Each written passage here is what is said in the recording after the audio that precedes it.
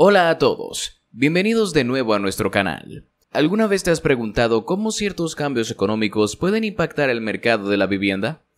Por ejemplo, si hay una reducción significativa en la mano de obra disponible para la construcción, es probable que edificar nuevas casas se vuelva más costoso. Además, si hay recortes en el sector público, más personas podrían enfrentar dificultades para pagar su hipoteca, lo que llevaría a un aumento en las propiedades embargadas. Y eso no es todo. El costo de los materiales de construcción sigue en aumento, lo que encarece aún más los proyectos inmobiliarios. En resumen, construir una casa podría convertirse en un desafío financiero aún mayor. Pero vamos a analizar esto con más detalle, porque hay 5 factores clave que están influyendo directamente en el mercado de la vivienda. ¿Cuáles son? Aquí los tienes. 1. La reducción de trabajadores en el sector de la construcción. 2. Los recortes del empleo en el sector público. 3. Las políticas arancelarias que afectan al mercado inmobiliario. 4. La incertidumbre sobre las tasas hipotecarias que parecen estar en constante cambio. 5. Los cambios en regulación de entidades financieras clave en el mercado hipotecario. ¿Por qué es importante conocer estos puntos? Porque todos están conectados y pueden influir en el acceso a la vivienda. Vamos a profundizar en cada uno de ellos. Aquí no hablaremos de política porque eso no nos interesa. Lo que realmente importa es el dinero, las finanzas y cómo proteger tu futuro y el de tu familia. Porque, seamos sinceros, no podemos depender de que la Casa Blanca resuelva nuestra vida, ¿verdad? Dicho esto, la administración de Trump está llevando a cabo deportaciones masivas de inmigrantes indocumentados. Aunque no lo parezca, esto tiene un impacto directo en el mercado inmobiliario. ¿Por qué? Porque el mercado de la vivienda, como cualquier otro, funciona por oferta y demanda. Si hay más vendedores que compradores, los precios bajan porque los vendedores compiten por atraer a los pocos compradores disponibles. Pero si hay más compradores que casas en venta, los precios suben, ya que los compradores se disputan las pocas propiedades disponibles, elevando las ofertas. Ahora bien, ¿qué tienen que ver las deportaciones con esto? Según el centro de investigación Pew, el 21% de los trabajadores de la construcción en Estados Unidos son inmigrantes indocumentados, es decir, 1 de cada 5. Si una gran parte de ellos es deportada, la mano de obra escasea. Y cuando hay menos trabajadores, las empresas constructoras deben pagar más por lo que quedan, lo que encarece los costos de construcción. El resultado, se construyen menos casas, reduciendo la oferta y, probablemente, elevando los precios. Y eso no es todo. Si la población disminuye debido a las deportaciones, también cae la demanda de vivienda, lo que podría equilibrar o incluso frenar el alza de los precios. La clave aquí es entender cómo estos factores se cruzan y afectan tu bolsillo. Eso significa menos inquilinos potenciales y menos compradores de viviendas. Sin embargo, las deportaciones no son un fenómeno nuevo. Para ponerlo en perspectiva, durante su primer mandato, Trump deportó a más de 1,5 millones de personas. Esa cifra es aproximadamente la mitad de los 2,9 millones de deportaciones realizadas durante el primer mandato de Barack Obama, y menor que los 1,9 millones de su segundo. En comparación, la administración de Biden ha registrado 1,49 millones de deportaciones hasta ahora. La gran pregunta es, ¿cuántas personas deportará Trump en un posible segundo mandato? Lo único claro es que ha prometido que serán más. Algunas estimaciones hablan de hasta 1 millón de deportaciones por año, pero eso está por verse. ¿Qué nos dice esto? Que las deportaciones han sido una constante en las últimas administraciones y que, quizás, su impacto en la demanda de vivienda no sea tan drástico como podríamos imaginar. A menos que las cifras de deportaciones aumenten de manera significativa, el efecto en el mercado inmobiliario podría ser menor de lo esperado. Lo que sí sabemos con certeza es que, si más personas abandonan el país, habrá menos demanda de viviendas, lo que puede afectar los precios. ¿En qué medida? Aún no está claro. Ahora que entendemos cómo las deportaciones pueden influir en el mercado inmobiliario, hablemos de otro factor clave: los despidos en el gobierno y su impacto en este sector. El gobierno de Estados Unidos enfrenta un alto nivel de deuda, y cuando tienes demasiada deuda, solo hay 2 formas de equilibrar las cuentas: aumentar los ingresos, en el caso del gobierno subir los impuestos, o reducir los gastos. Cuando hablamos de recortes, esto suele traducirse en despidos dentro del sector público, incluidos empleados federales. Esto a su vez puede afectar el mercado inmobiliario, pero profundizaremos en ese impacto más adelante. Por otro lado, Trump ha prometido una reforma fiscal con nuevas exenciones impositivas para millones de estadounidenses, lo que significaría una reducción de impuestos para muchas personas y empresas. Así que por ahora no parece que el gobierno busque aumentar sus ingresos a través de impuestos. Podría hacerlo mediante aranceles, esos impuestos aplicados a productos importados. Pero ese es otro tema, y lo explicamos en detalle en otros videos. Lo que sí está claro es que la prioridad parece estar en reducir el gasto público. La administración de Trump ha estado trabajando con el DOJ y el Departamento de Eficiencia Gubernamental para identificar áreas donde se pueda ahorrar dinero. Un ejemplo de ello fue el hallazgo de que la Fuerza Aérea pagó 80 veces el precio normal por un simple dispensador de jabón. Sí, leíste bien, 80 veces más. Pero más allá de estos gastos excesivos, reducir costos también podría implicar el despido de departamentos enteros dentro del gobierno. ¿Por qué esto es relevante para el mercado inmobiliario?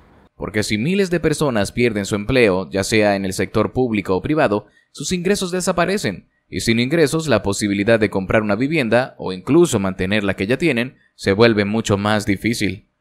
Ahora bien, no es lo mismo perder un empleo en Apple, Amazon o Meta que en el gobierno. En el sector privado podrías buscar otra oportunidad dentro de la misma industria. Pero si trabajas para el gobierno y hay recortes masivos, las opciones pueden ser mucho más limitadas. Esto afecta directamente la capacidad de las personas para pagar su casa. Si los despidos aumentan, la demanda de viviendas probablemente caiga en el corto plazo. Después de todo, si te quedas sin empleo, lo último en lo que pensarías es en comprar una casa nueva, ¿verdad? Por otro lado, el impacto también se siente en la oferta.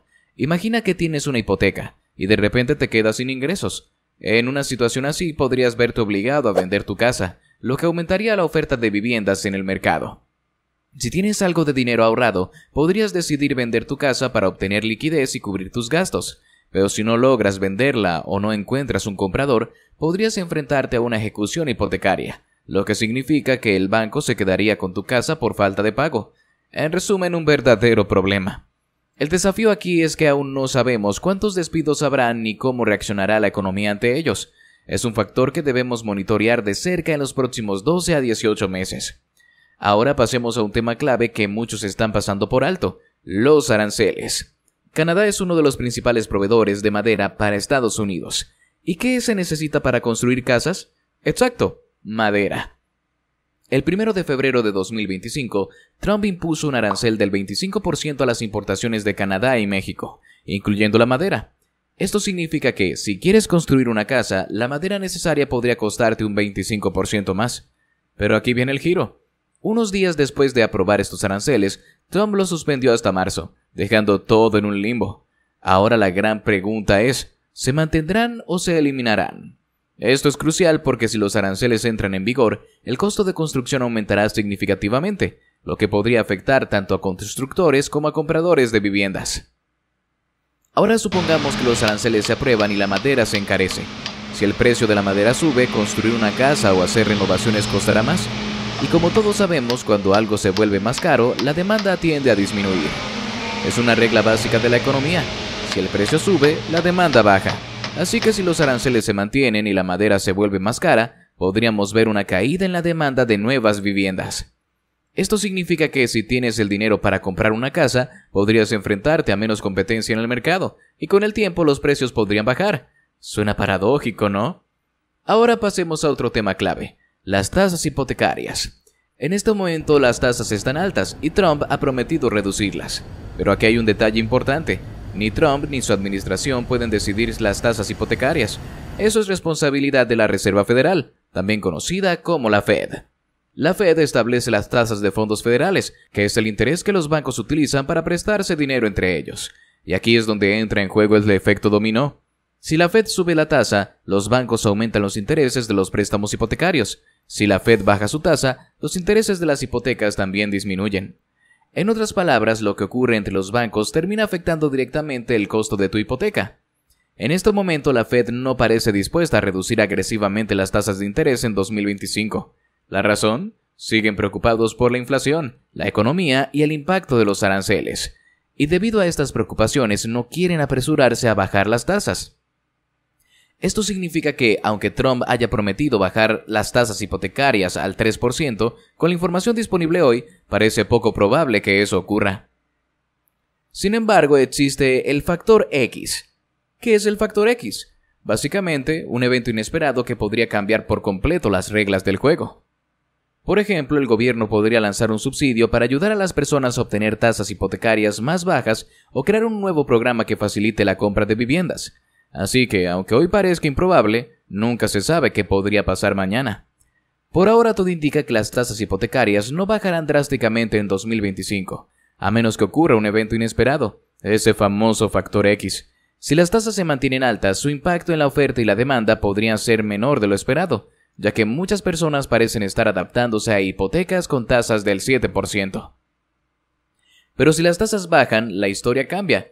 Imagina que las hipotecas caen al 4%. De repente, más personas dirían, oye, ahora sí me interesa comprar una casa.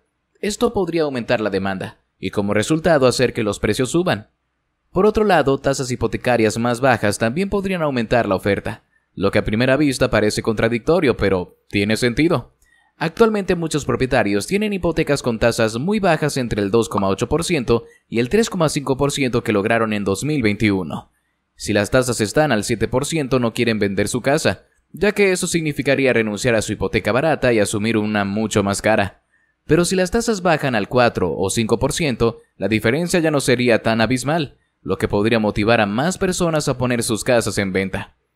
En otras palabras, pasar de una hipoteca del 2,8% a una del 4% no es tan dramática como saltar al 7%.